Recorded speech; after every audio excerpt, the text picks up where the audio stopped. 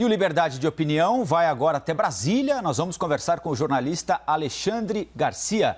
Alexandre, bom dia, boa semana, hein? Bom dia, Colombo. Eu tenho o direito de contar alguma do Aguinaldo também? Por favor. Eu estava no alto da escadaria da Câmara com o Aguinaldo e a mãe dele. E desce do carro lá embaixo Paulo Salim Maluf. E os dois estavam brigados para primeiro encontro trocar soco. E o Aguinaldo me disse, tá chegando aí esse turco, ele chegar aqui, eu vou dar um soco na cara dele. Maluf, assim que viu Aguinaldo, olhou para a mãe do Aguinaldo, chamou-a pelo nome e disse, que bom eu conhecer a senhora, que filho maravilhoso que a senhora pôs no mundo. O Aguinaldo olhou para mim e disse, o que eu faço, hein? É uma figura mesmo, Aguinaldo Timóteo. Todo mundo tem uma boa história com ele, né? Essa é espetacular também. Ele sempre ligado aqui na programação da CNN. Vai dar uma boa entrevista a qualquer hora dessas pra gente aqui, como bem lembrou o Sidney. Muito legal, Alexandre. Bom, mas vamos então aos nossos espinhosos assuntos desta segunda-feira, começando pelo Supremo Tribunal Federal, pela decisão do ministro Marco Aurélio Mello de soltar um dos principais chefes do PCC, André de Oliveira Macedo, que é conhecido como André do Rap. Passou 5 anos fugido da justiça, foi preso e agora está nas ruas com um paradeiro desconhecido mais uma vez. A decisão do ministro Marco Aurélio provocou uma polêmica danada, porque ela foi desfeita pelo presidente do Supremo, Luiz Fux, no sábado à noite. A decisão do ministro Marco Aurélio foi do sábado de manhã e no sábado à noite a decisão do ministro Luiz Fux determinou a manutenção da prisão do traficante. Porém, ele já estava solto, já tinha sido libertado do presídio de Presidente Venceslau, que fica aqui no interior de São Paulo. O ministro Marco Aurélio diz que cumpriu a obrigação de aplicar o que diz o Código de Processo Penal recentemente alterado no pacote anticrime, que passou pelo Congresso Nacional. De outro lado, o ministro Luiz Fux diz que defendeu a manutenção da prisão porque o criminoso é muito perigoso, representa alto risco para a sociedade e tem histórico de foragido. Como eu disse, foram 5 anos desaparecido. Alexandre, inicialmente eu gostaria que você avaliasse para a gente aqui os argumentos apresentados pelo ministro Marco Aurélio para soltar e pelo ministro Luiz Fux para tentar, em vão, manter a prisão desse bandido. Pois é, então vamos direto ao ponto, né, para recuperar o tempo. Eu não sou Salomão, mas se pudesse dar um palpite sobre isso, eu diria o seguinte, né, que o ministro Marco Aurélio poderia ter feito o seguinte, dar um prazo para a Justiça Federal de São Paulo para regularizar essa questão da prisão temporária vencida, né, que vira prisão ilegal, segundo o último pacote aí anticrime.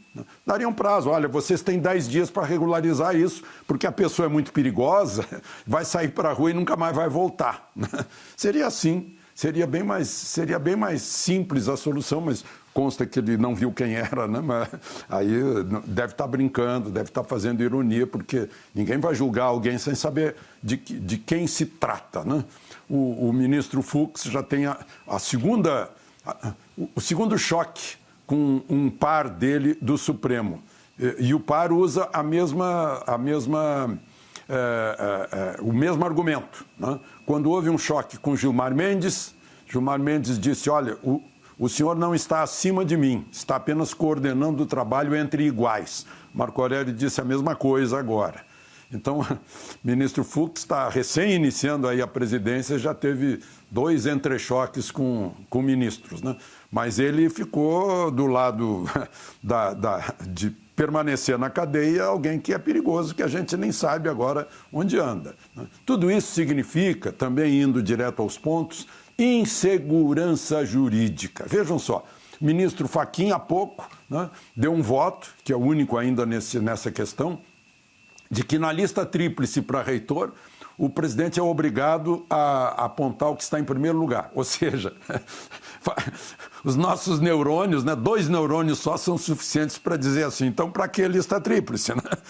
Se tem que indicar o primeiro, manda só o primeiro, ponto final. Né? Mas em 2016, no governo Dilma, ele disse que a presidente está absolutamente livre para decidir entre os 3 sugeridos na lista tríplice, que é exatamente para isso, né? Então, isso dá insegurança jurídica. O caso Gilmar Mendes briga com Fux, Marco Aurélio solta, Gilmar Mendes também solta, o sujeito é condenado em 2 instâncias e está solto. Né? O nome disso é insegurança jurídica partindo da Suprema Corte do país.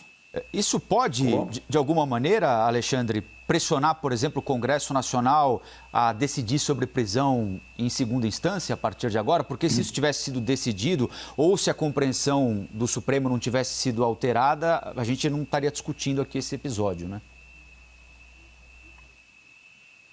Pode, e o Congresso tem que pensar em pôr fim a esse vacácio legis, né? Não tem lei a respeito, o Supremo faz a lei. Ora, o Supremo não é legislador. Né? O Supremo não é legislador e muito menos constituinte. O Supremo é intérprete da Constituição, né? E das leis. Né? Mas pode ser que com isso dê uma sacudida no Congresso. Olha, não deixem. Né? O Congresso está cheio de jurista lá dentro, recebendo um bom salário exatamente para trabalhar lá nas comissões de Constituição e Justiça e examinar os projetos, para ver se não tem vazio aí que depois vai acabar no Supremo.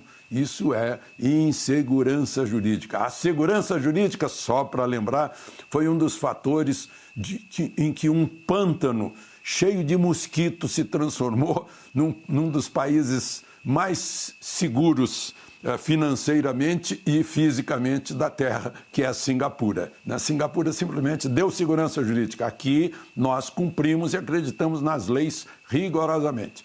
Já no Brasil, está aí um grande traficante, solto de novo depois de 5 anos, foragido.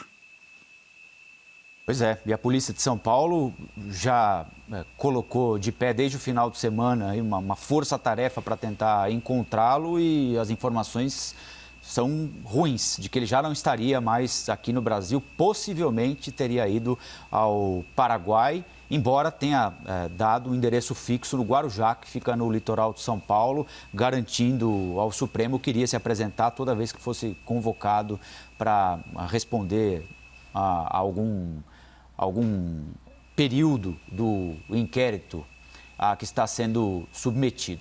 Bom, nós vamos ao Rio de Janeiro para continuar falando sobre insegurança jurídica, não é? Oi, pois não, Alexandre?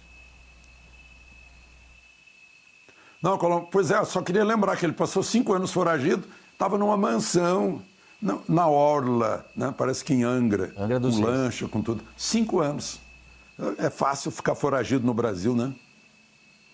Bom, vamos falar de insegurança jurídica também. O Ministério Público do Rio de Janeiro quer aplicação de multa diária de R$100 mil para o Google por descumprimento de ordem judicial nas investigações sobre o assassinato da vereadora Marielle Franco e do motorista Anderson Gomes. O que pedem os procuradores do Ministério Público? Eles querem a quebra de sigilo de dados por considerar que as informações fundamentais para o esclarecimento dos fatos e dos envolvidos no crime podem estar ali, no Google, que entrou com 3 mandados de segurança que foram negados pela Justiça do Rio de Janeiro. A empresa diz que está preocupada com a privacidade dos brasileiros. Os procuradores querem acesso a buscas feitas até 1 semana antes do assassinato da vereadora Marielle Franco, sobre a rotina, sobre eventos dos quais ela poderia participar, e o Google diz, olha, pode ser incluído nessa investigação alguém que pesquisou o nome da Marielle Franco para apoiá-la, para votar na vereadora numa outra eleição.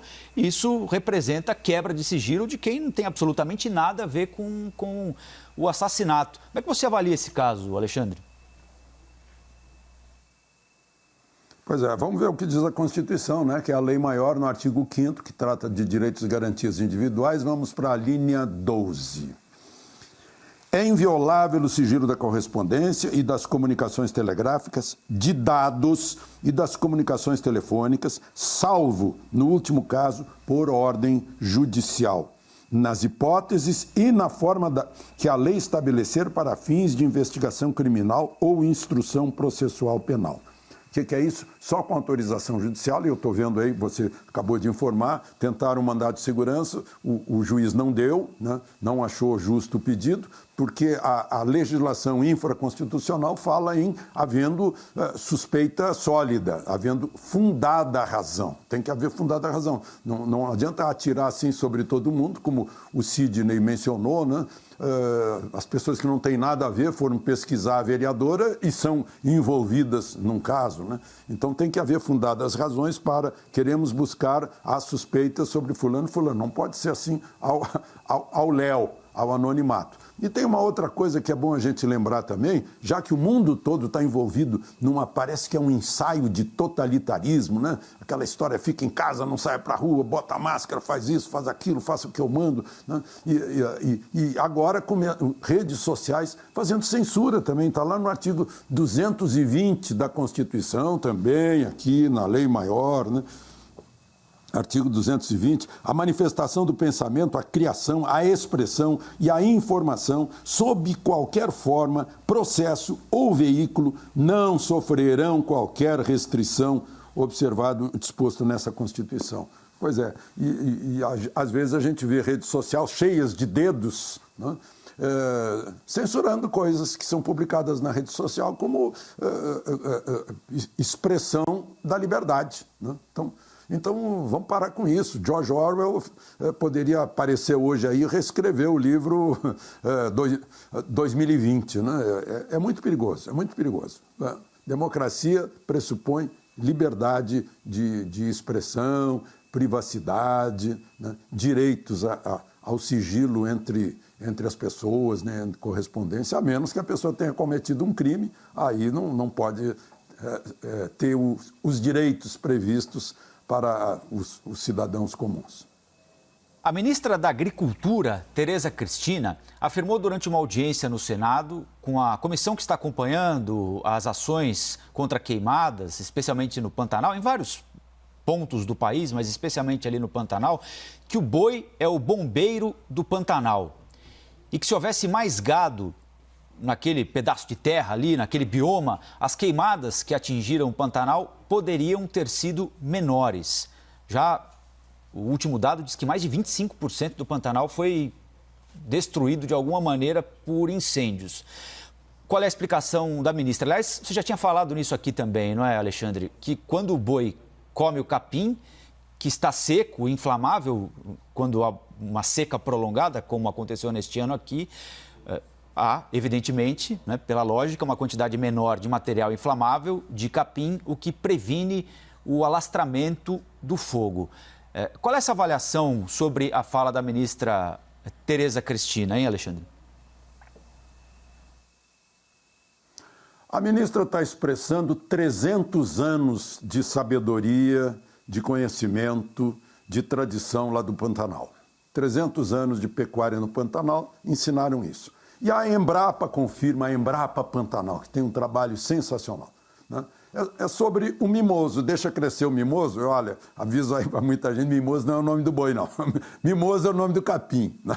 Inclusive no subsolo, né? Quando resseca a raiz, tem fogo subterrâneo, que pode até cercar os bombeiros que estão lá apagando, né? É um perigo esse fogo subterrâneo. Então, uma perda muito grande. E sabe o que está acontecendo? É porque diminuiu o boi. O boi está indo para o norte, estão abandonando fazendas. Né? É uma crise na pecuária pantaneira. Né? Claro que é preciso manejo, que é preciso permitir que o boi paste aqui, depois paste acolá, né? Mas as perdas são grandes. Fazendas que ficaram vazias, portanto, elas não combatem o fogo, né? O fogo se propaga por elas. E aí pegam outros que perdem aí, como são casos que eu conheço, o sujeito que perdeu 11 mil hectares de pastagens, 40 mil quilômetros de cercas, está R$ 9 mil cada quilômetro de cerca, né? Perdeu 30 cabeças, né? Tem gente que perde um touro reprodutor. Você sabe que na Transpantaneira o fogo começou por um carro que capotou e pegou fogo, aí foi embora, né? O capim alto não tem como segurar, né? Teve fio de alta tensão que caiu, provocou fogo, teve gente fumigando abelha, pegou fogo. Eu vi o fogo começar no pneu de um trator. Sabe que o pneu de trator é isso aqui, né? Vocês conhecem o disco, né? Para virar a terra, revirar a terra, que substituiu o velho arado, né? O disco é côncavo. O disco, sendo usado, às vezes ele fica brilhante de polido e converge o raio do sol num pneu que pega fogo e o fogo começa na própria máquina. Então, os prejuízos são grandes. Inclusive, há necessidade, a própria secretária de Meio Ambiente de Mato Grosso reconhece que é preciso ir à Assembleia Legislativa tentar mudar a legislação ambiental, que ela está tirando o gado, né? Tirando o gado do Pantanal e o capim mimoso, que é natural, está crescendo. Né? E qualquer faísca aí chega o novo engenheiro agrônomo. Aliás, hoje é o dia do engenheiro agrônomo, né? Essa pessoa, essa profissão que está atrás de uma superpotência de alimentos como nos tornamos, né?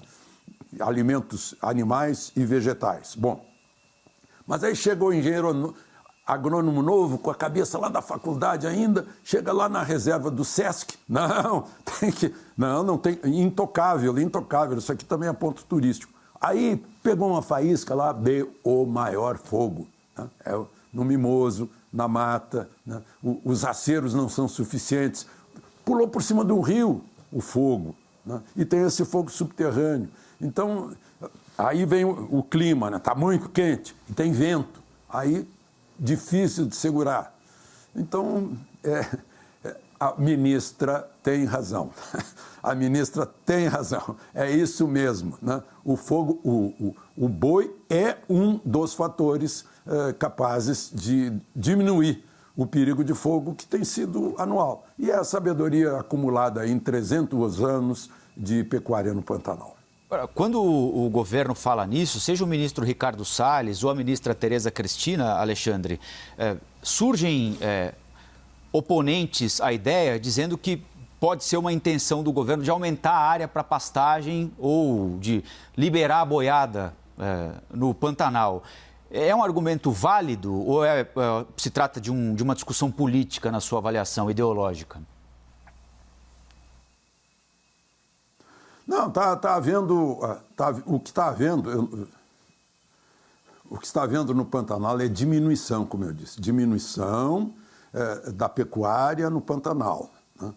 Porque a legislação ambiental está mais rigorosa.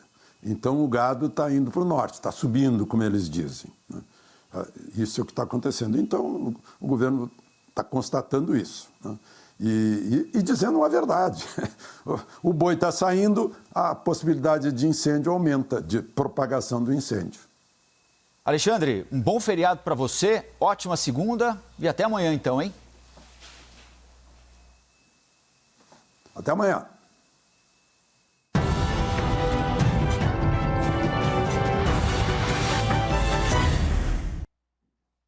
As opiniões emitidas pelos comentaristas do quadro não refletem necessariamente a posição da CNN.